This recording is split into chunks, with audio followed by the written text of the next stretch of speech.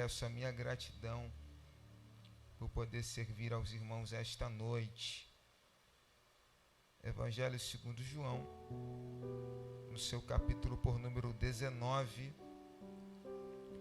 nós estaremos lendo a partir do verso 17.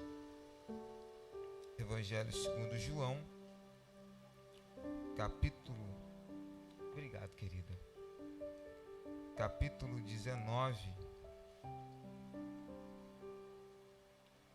a partir do verso 17. Os que se localizaram, confirmem com amém. Diz assim o verso 17. E levando ele às costas a sua cruz, saiu para o lugar chamado Calvário, que em hebraico se chama Gólgota, onde o crucificaram, e com ele outros dois, um de cada lado, e Jesus no meio. E Pilatos escreveu também um título, e pô-lo em cima da cruz.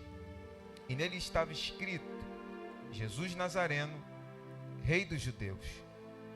E muitos dos judeus leram este título, porque o lugar onde Jesus estava crucificado era próximo da cidade, e estava escrito em hebraico, grego e latim.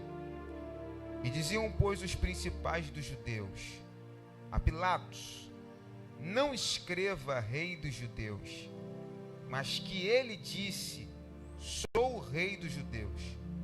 Respondeu Pilatos: o que escrevi, escrevi. Verso 22 novamente. Respondeu Pilatos: o que escrevi, escrevi. E você pode tomar o seu assento, em o nome de Jesus. Glória a Deus. Queridos, o capítulo 19 do Evangelho segundo João nos relata o episódio da condenação, o caminho para o Gólgota e a crucificação de Jesus. Neste início nós ficamos sabendo que Jesus foi julgado, foi interrogado diante de uma audiência na casa de Caifás, sumo sacerdote, juntamente com seu irmão Anás. Durante a madrugada, na surdina, a fim de que o povo não se mobilizasse em favor de Jesus. Quando o dia amanhece, Jesus é levado a Pilatos, num ambiente chamado em hebraico Gabatá. Neste ambiente acontece a famosa cena do crucifique Jesus e solte Barrabás. Neste ambiente, Pilatos não vê pecado algum em Jesus. Porém, por aclamação e por conta da tradição da época, que durante a Páscoa era soltar um prisioneiro à escolha do povo, motivados pelos principais dos sacerdotes, o povo clama: solta Barrabás, crucifica Jesus.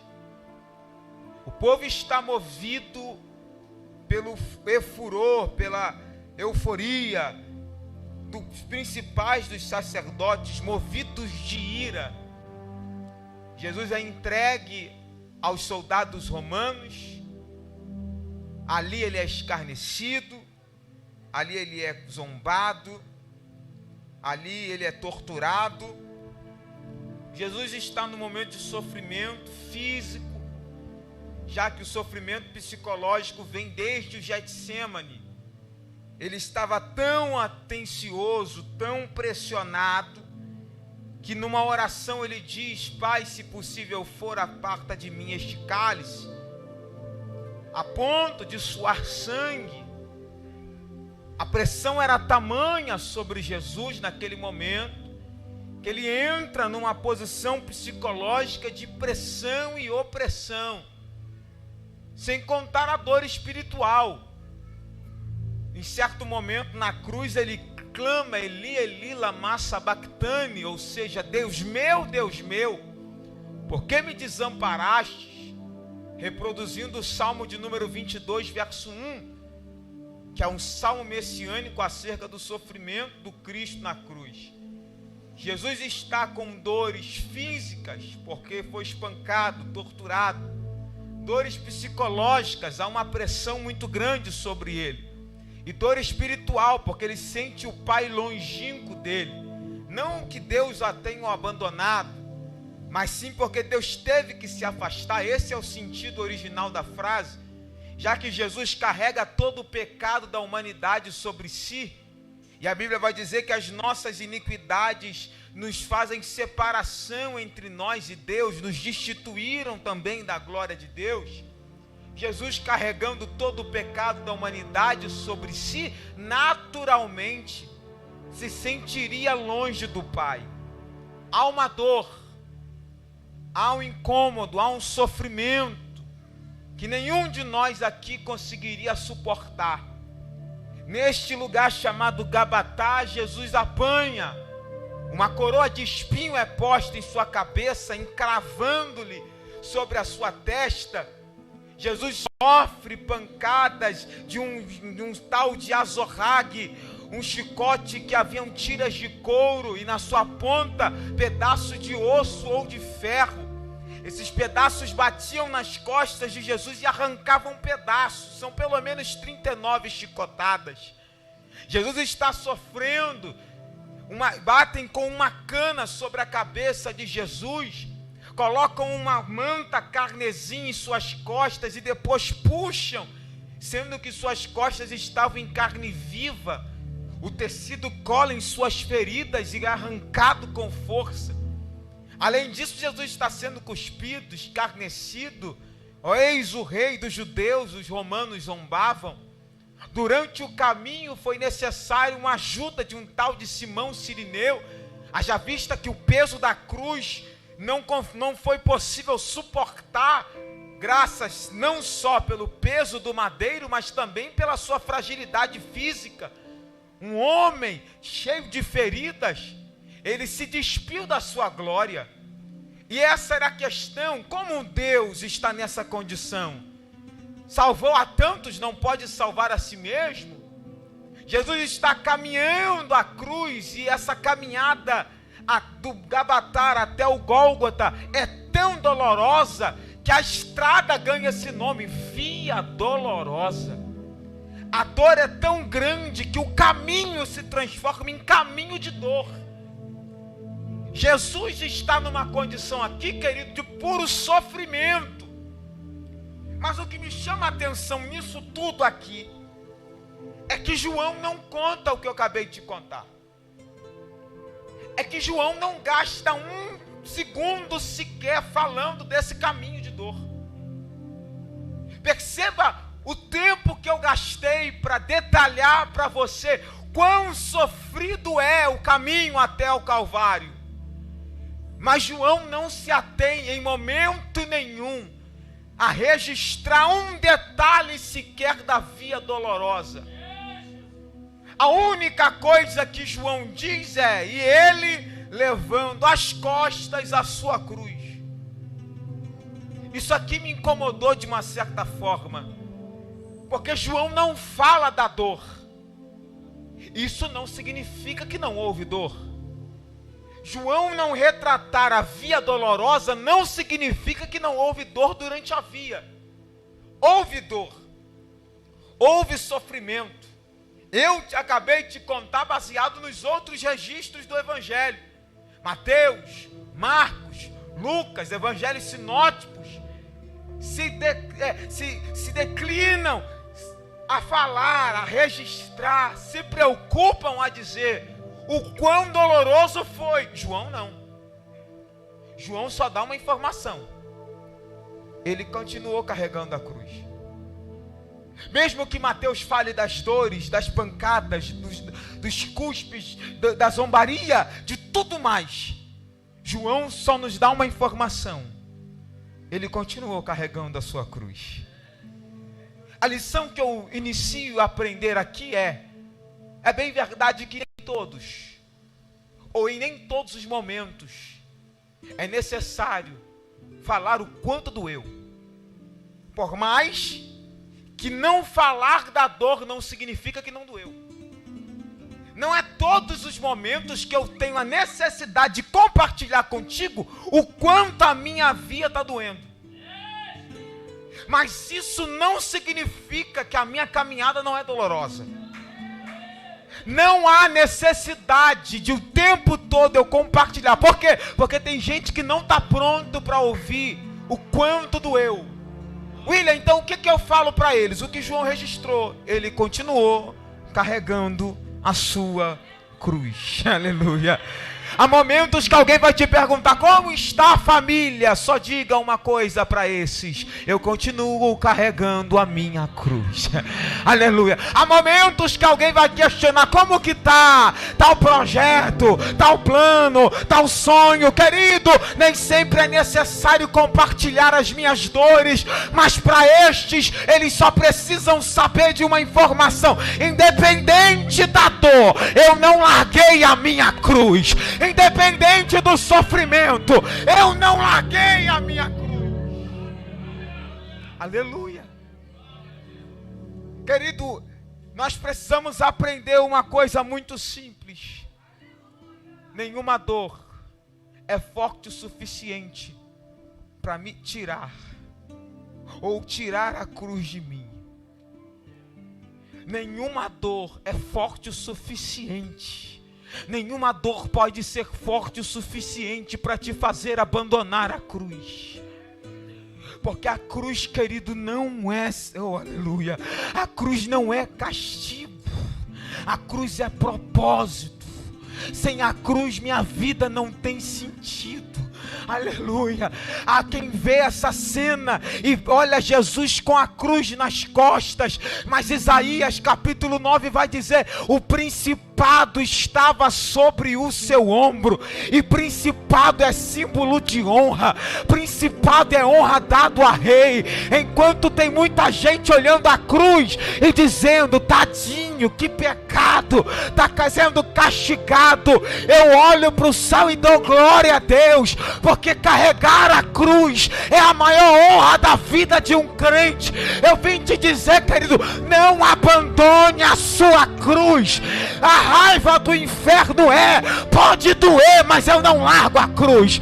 Pode machucar, mas eu não largo a cruz. Pode acontecer o que for, não largue a sua cruz. Aleluia. É só isso que eles precisam saber. Mesmo com dor, mesmo com sofrimento, eu continuo carregando a minha cruz. Jesus chega no Calvário, ou Gólgota. A palavra Calvário significa lugar da caveira. Nome muito propício para o cenário que Jesus está. É literal, irmão. O monte que Jesus está sendo crucificado em cima tem a forma de uma caveira. E atrás ainda havia ossos dos condenados que morreram como indigentes. Por quê? Porque a cruz era uma condenação romana que servia de exemplo para aqueles que queriam se rebelar contra o governo. Então eles crucificavam os homens e colocavam à vista de todo o povo. Mateus, registrando esse texto, usa a expressão espetáculo, que é uma expressão muito usada naquela época para uma cena que impressionava, causava espanto. O povo saiu batendo nos peitos e dizendo: que espetáculo! Porque na verdade a cruz era um símbolo, era um instrumento romano de tortura. Ninguém morria por causa de cruz. As pessoas morriam asfixiadas. Porque quando eram penduradas no madeiro, o peso de seu corpo fazia com que a gravidade fazia com que o peso do corpo as puxasse para baixo, tendo seus pulmões comprimidos. Quem era crucificado não morria de cruz, morria por causa do tempo que estava na cruz, a ponto de muitos até quebrarem as pernas dos indigentes, para que de vez o peso do corpo perdesse a sustentação e as pessoas fossem asfixiadas de vez. Porque na verdade a cruz era para ser tortura. A cruz era para ser um sofrimento lento. A cruz era uma morte, uma condenação de se arrepender no primeiro instante. Jesus está sendo crucificado na cruz. O ambiente é de caveira, é de morte. A cruz é um ambiente de maldição. O texto de Deuteronômio vai dizer: maldito o homem que for pendurado no madeiro. Maldito por Deus será. Quem se pendurava no madeiro, quem era pendurado na cruz, era símbolo de vergonha, símbolo de escárnio, símbolo de maldição. A cruz era símbolo de morte, até Jesus passar por ela. Porque quando Jesus se pendura na cruz, irmão, a primeira frase que ele solta acerca da humanidade é: Pai, perdoa. Eles não sabem o que fazem. Um dos salteadores que estavam do lado de Jesus olhou e falou assim: se tu és o Cristo, sai daí, tira a gente também. E o outro imediatamente você diz: você não teme a Deus nem na mesma condenação? Na verdade nós merecíamos estar aqui, mas esse homem é justo, não fez nada. Nós merecíamos estar aqui, ele não. Ele olha para Jesus e diz: Senhor, mestre, lembra de mim quando entrares no teu reino. Jesus olha para aquele homem todo ensanguentado, com uma coroa de espinho, todo desfigurado. Não vinha formosura para que possamos desejá-lo, mas ele olha para o salteador e diz: hoje mesmo estarás comigo no paraíso. A cruz era símbolo de morte, até o dia que Jesus passou por ela. Porque quando Jesus passa pela cruz, a cruz se torna símbolo de perdão. Quando Jesus passa pela cruz, a cruz se torna símbolo de vida. Eu não sei se tu pode levantar a tua mão, mas eu quero liberar uma palavra. O inimigo tem te convencido dizendo que esse cenário se transformará em morte, em perda, em escárnio, em vergonha. Mas eu vim dizer que Jesus da cruz desceu nesse culto para transformar todo o cenário de morte em cenário de vida. Eu não sei, eu libero esta palavra para o teu coração. Se prepare, porque o Jesus da cruz veio neste culto e tudo aquilo que era morte, ele transforma em vida, em vida, em vida, em vida. Quem pode engrandecer o Jesus da cruz aqui?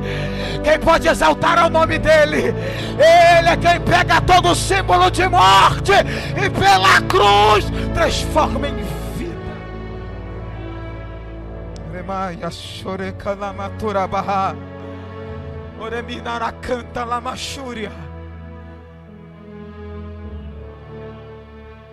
Talvez estou olhando para algum cenário dizendo: isso aqui é Calvário.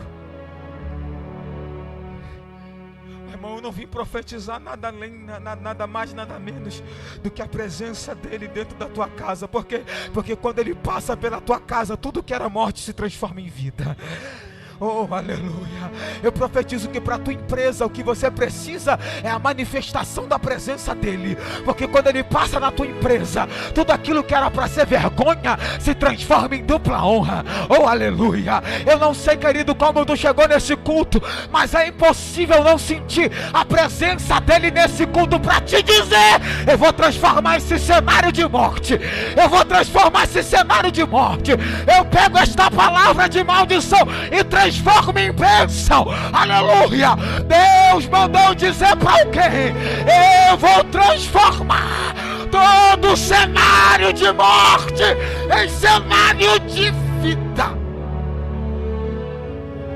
Esse é o poder do Jesus da cruz. Até aquele dia, símbolo de morte. Nesse cenário, querido, Pilatos vai fazer algo que era muito comum. Ele vai pegar uma placa de madeira normal e vai escrever uma condenação. Esse texto chama de título, mas no grego é uma palavra bem parecida, título, que na verdade era condenação e sentença. Era como eles identificavam aquele que estava sendo crucificado, ele pega uma placa, escreve nessa placa, coloca em cima da cruz, e na placa estava escrito: este é Jesus Nazareno, Rei dos Judeus. Esta é a sua condenação. Capítulo 19, verso 7 vai dizer que os judeus disseram: nós temos uma lei, e segundo a lei ele deve morrer, porque se fez filho de Deus. Então essa é a condenação dele. A condenação dele acerca da lei é se transformar filho de Deus e dizer que era rei dos judeus. Então o texto vai dizer que Pilatos coloca uma placa sobre a cruz. Os outros salteadores também tinham uma placa semelhante. Essa placa era escrita em 3 idiomas: grego, latim e hebraico. Grego, obviamente, para os gregos, latim para os romanos e o hebraico para os judeus. E o texto vai dizer que a cruz estava a uma distância considerável da cidade, a ponto de que aqueles que estavam caminhando pela rua conseguiam ler o título: este é Jesus Nazareno, Rei dos Judeus. Os principais dos judeus que passaram e viram a placa se indignaram. Foram até Pilatos e disseram: não digas que ele é Rei dos Judeus, mas diga que ele disse que é. Acho interessante e lamento muito, porque o texto vai dizer que a placa está escrita em 3 idiomas. Quantos?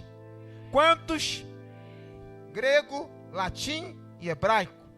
Como eu disse, grego para os gregos, latim para os romanos, hebraico para os judeus. Quem se incomoda são os principais dos sacerdotes judeus. Leram em hebraico. Tem 3 nações aqui. Quem se incomoda é judeu. Jesus também.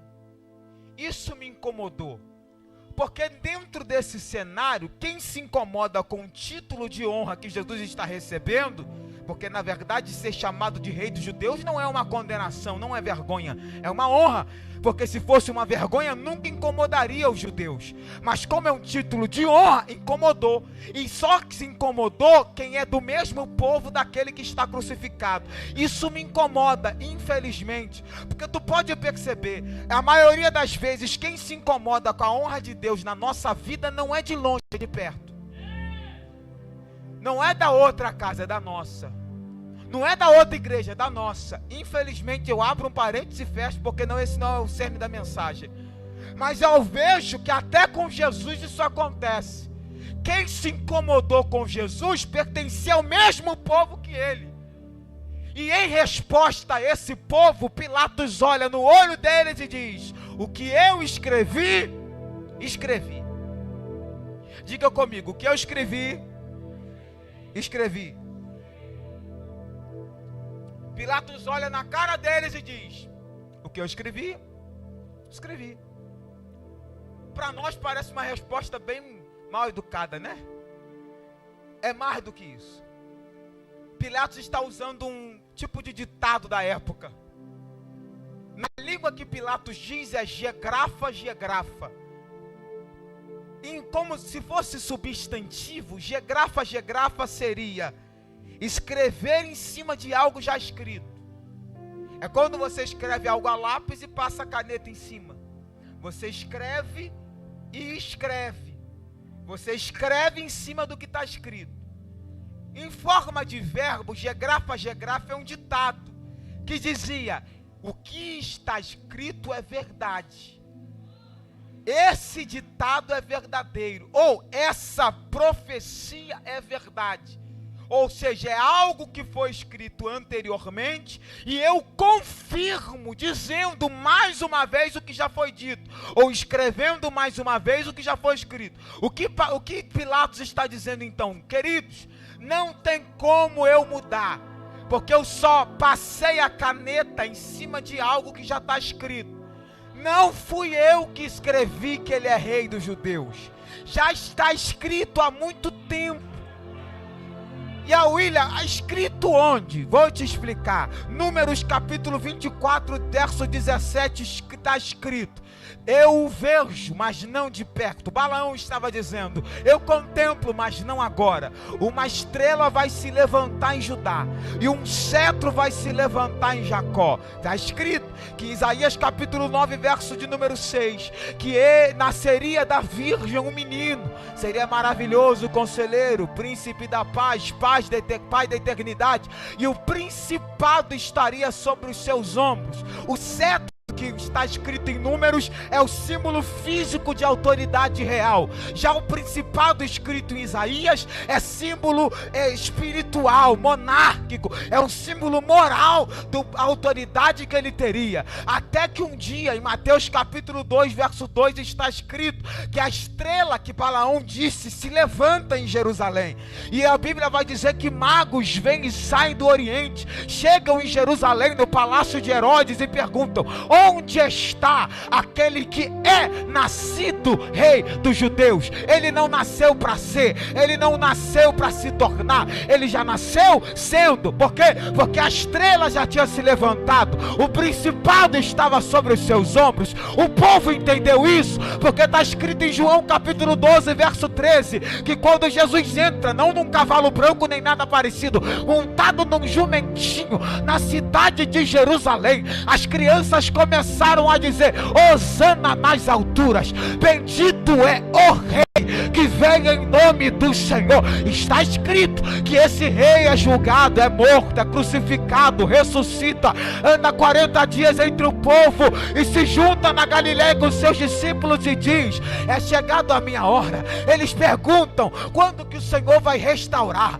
o reino a Israel? E Jesus vai dizer: olha, não compete a vós saber o tempo nem a hora que o Filho do Homem determinou para o seu reino. No mesmo tempo, no mesmo momento, no verso de número 10, o texto diz que ele é assunto aos céus, é elevado, uma nuvem encobre da sua visão. Os discípulos ficam olhando para cima, perguntando: e agora? Quando que vai ser? O que vai acontecer? Ele foi, ele não vai voltar? Até que aparecem dois anjos do lado deles e diz: varões galileus, porque vocês estão olhando para o alto? Porque o mesmo que vocês viram subir, ele vai descer. A promessa é: parem de olhar para cima, porque aquele que subiu desce, mas lá em cima acontece algo totalmente diferente. Lá em cima, enquanto Jesus está subindo, se cumpre o que está escrito no Salmo de número 24, verso de número 7. O que está escrito? Levantai, ó portas, as vossas cabeças, e entrará o Rei da Glória. Alguém pergunta: quem é esse Rei da Glória? Alguém responde: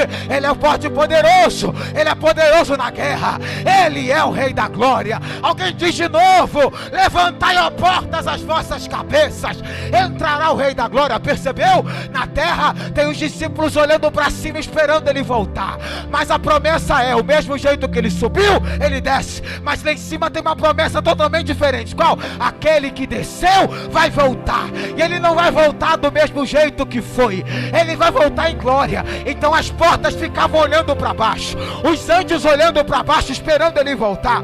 E eu glorifico a Deus, porque ele não é homem para mentir, não é filho do homem para se arrepender. Ele disse que ia voltar, e ele voltou. E a promessa para nós é: o mesmo que subiu, ele também vai descer. Aleluia! Ele vai cumprir. E quando ele voltar, se cumpre o que está escrito em Apocalipse capítulo 19, verso 16. O que? Na sua coxa está escrito: Rei dos Reis. Ele virá montado no cavalo branco, querido. Seus olhos como chama de fogo, seu cabelo branco como a neve, seus pés brilham como latão, sua veste é branca, limpa. Da sua boca sai a espada de 2 gumes. Na sua coxa está escrito: Rei dos Reis, Senhor dos Senhores. Não tem como, querido, mudar o que está escrito, porque não é Pilatos que está falando, é o próprio Deus que escreveu, e ninguém pode mudar. Ele é rei, ele nasceu para reinar, ele reinará para sempre. Ele pode se levantar quem for, mas ele recebeu um nome que está acima de todo nome, para que o nome de Jesus se dobre todo o joelho que está no céu, na terra, debaixo da terra. Ninguém pode anular o que o próprio Deus escreveu. William, o que eu tenho a ver com tudo isso? Simples. por mais que questionem, por mais que não acreditem, o que Deus escreveu ao teu respeito, ninguém pode revogar.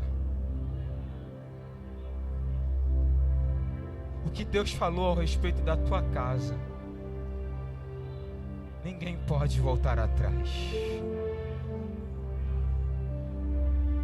Salmo de número 169, se não me falha a memória. Perdão, Salmo de número 69.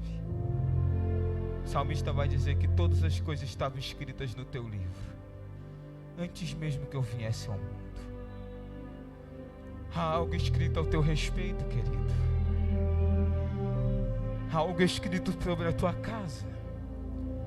João capítulo de número 8, uma mulher é apresentada diante de Jesus, porque na lei estava escrito que ela deveria morrer. Foi apanhada em adultério, no flagrante. O texto vai dizer que Jesus estava abaixado, escrevendo na areia. E alguém diz: Jesus, tem que matar, porque está escrito na lei de Moisés, tem que morrer. E Jesus escrevendo na areia. O texto diz que ele olha para cima, ajeita a roupa e diz: aquele que não tem pecado, que atire a primeira pedra. Sabe o que ele voltou a fazer depois? Ele abaixa e continua escrevendo na areia. Talvez o diabo escreveu algo e disse: vai morrer. Está determinado que é para acabar. Mas o céu me trouxe aqui para te dizer que não há escritura mais forte do que a dele. Quando ele assina vida, não tem quem possa escrever morte por cima. Nada do que o teu inimigo tem tentado pôr diante de ti pode anular o que o teu Deus escreveu ao teu respeito.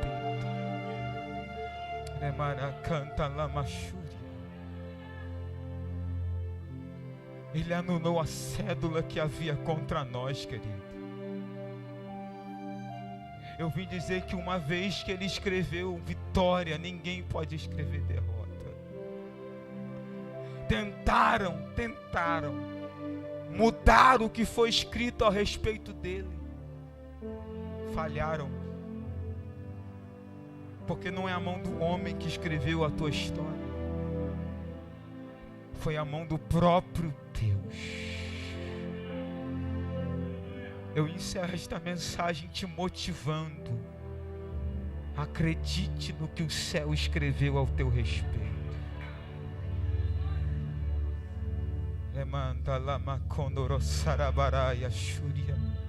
Você pode fechar os seus olhos por alguns minutos.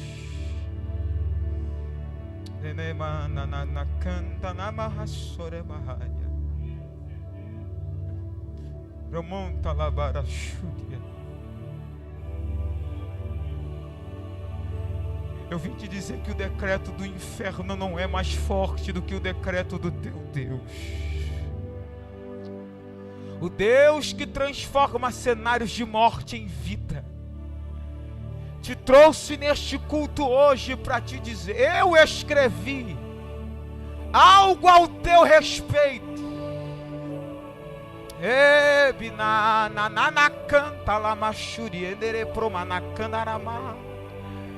E nenhum decreto do teu inimigo pode anular o que eu escrevi para a tua casa. Como no binaracanta lá, maué. Não há quem possa revogar os planos e os projetos de Deus ao teu respeito, assim diz o Senhor. O que escreva na canto promunube daraxandarábia. Assim diz o Senhor desta casa: eu escrevi uma nova história para o meu povo, e não há quem possa revogar, Não há quem possa anular o que a mão de Deus escreve. Diabo não apaga. O que a caneta de Deus escreve, não tem borracha do inferno que apaga o que eu escrevi. O que eu escrevi, o que eu escrevi está escrito. Ei, Sabawa, Camanto, Lomuntre, Rebaia. Levante as suas mãos, levante. Eu entrego o microfone agora. Oremanto, Rebaia, Xúria. Mas o céu nos trouxe aqui para renovar a força de crente aqui. Acredita no que ele escreveu, acredita. Se apega no que ele escreveu, se apega. A tua casa está debaixo da palavra que ele escreveu. A tua família está debaixo, protegida. Não fui eu, foi ele que disse. Que ele, eu me atrevo apenas a profetizar o que ele escreveu. Ele disse: antes que houvesse dia, eu sou. Não tem ninguém que possa se escapar da minha mão. Operando eu, quem impedirá? Ele escreveu, ele mandou dizer que é mal a Arábia, que nem o mal te sucederá, nem praga chegará na tua tenda. Ele que mandou dizer, querido. Isso não é o pastor, não é o pregador que está dizendo. Ele disse, aleluia, pelejarão contra ti, mas não vão prevalecer contra ti. Ele disse: 1000 cai do teu lado, 10.000 da tua direita, mas tua casa não será atingida. Ele que disse. Eu te dou 1 minuto para tu abrir a boca. Eu te dou 1 minuto para tu encher essa casa de glória. Eu te dou 1 minuto para tu sentir a presença do Rei dos Reis que está nessa. Pega, Arábia. Abra a boca, abra a boca, abra a boca, abra a boca. Ninguém apaga o que ele escreveu. Ninguém apaga o que ele escreveu. Ninguém apaga.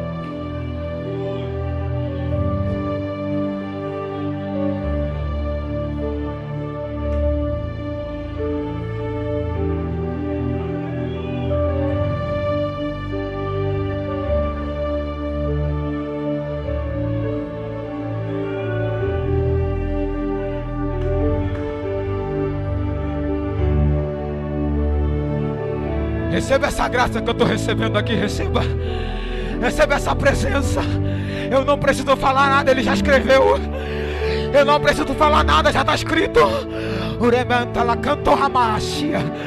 Ele manda dizer para o teu coração: se aquieta. Eu já escrevi. E o que eu escrevi, escrevi.